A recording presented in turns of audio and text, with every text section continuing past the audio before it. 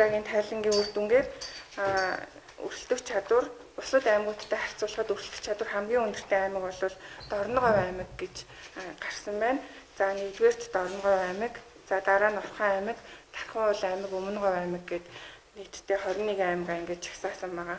За өрсөлдөх чадварын оноогоороо Дундгойв, Завхан, Булган аймагуд бол сүүл мөчгсөн явж байна. Тэгээд нөгөө аргачлалын хувьд болохоор хамгийн өрсөлдөх чадвар сайтай аймаг 100 оноо гэж үнэлээд тэгээд доош нь ингэж жагсаадаг байгаа. За хамгийн өрсөлдөх чадвар хамгийн сул аймаг буюу Булган аймгийн хувьд нийтдээ 36 оноо авсан байна.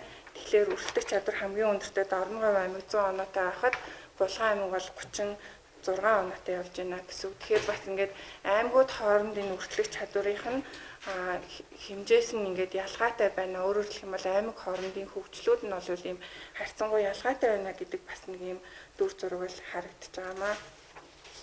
За дөрвөн үндсэн бүлгийнхээ хүрээнд үр дүнгээс нь дурдах юм бол эдийн засгийн чадах буюу эдийн засгийн тамир тэнхээний хувьд бол Орхон, Өмнөговь, Дорноговь аймагуд бол тэргүүлсэн явж байна. За харин Завхан, Дундгойв, Баян-Улгийн аймагуд бол эдийн засгийн чадхаараа бусад аймагтай харьцуулахад харьцангуй сул байна гэсэн үр дүн гарсан байна.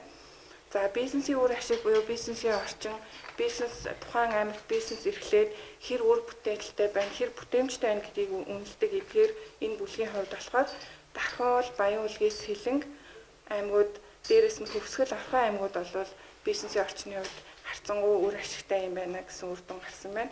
За харин Завхан, Говь Алтай, Булган аймгийн хувьд бол бизнесийн орчин харьцангуй сул идэвхгүй байна гэсэн үр дүнгууд гарсан байна.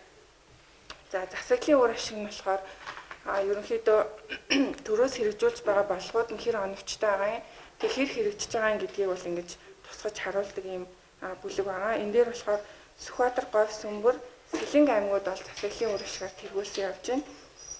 За харин Баян-Улгийн, Завхан, Ховд аймагуд бол засаглалын үр ашигаар харьцангуй сул байна гэж харж болж байна.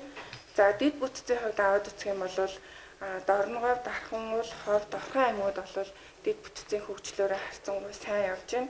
За харин Төв, Булган, Баян-Онгор аймагуд бол энэ бүлгийн үзүүлэлтээр бол харьцангуй сул үнэлгээ авсан явж байгаа юм байна.